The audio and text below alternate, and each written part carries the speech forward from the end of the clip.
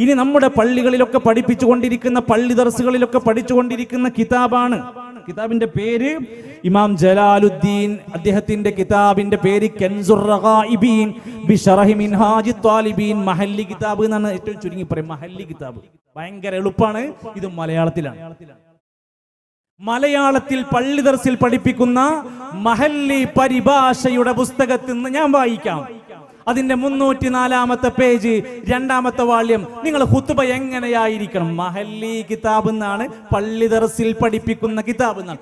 ഖുത്ബ ചമൽക്കാരപൂർണവും മാന്യവും അതിന്റെ വാക്കും ആശയങ്ങളും സ്ഫുടവും ആയിരിക്കൽ സുന്നത്താണ്.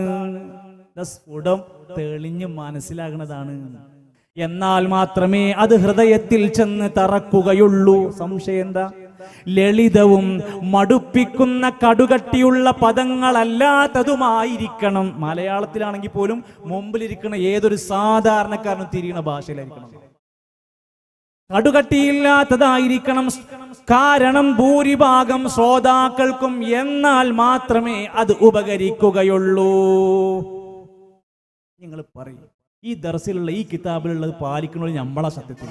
അപ്പൊ നമ്മളല്ലേ അതിന്റെ കൃത്യമായുള്ള ശരിക്ക് പോകുന്നത്? ഖതീബ് കിബിലക്ക് മുന്നിട്ട് നിന്ന് പ്രാർത്ഥിച്ച ശേഷം ജനങ്ങളെ അഭിമുഖീകരിച്ച് അള്ളാഹുവിനോട് അനുസരണയുള്ളവരായിരിക്കാൻ അവരെ പ്രേരിപ്പിക്കണം. എത്ര വലിയ പള്ളിയായാലും ഖതീബ് ചെയ്യേണ്ടത് ജനങ്ങളെ ഉപദേശിക്കലാണ്.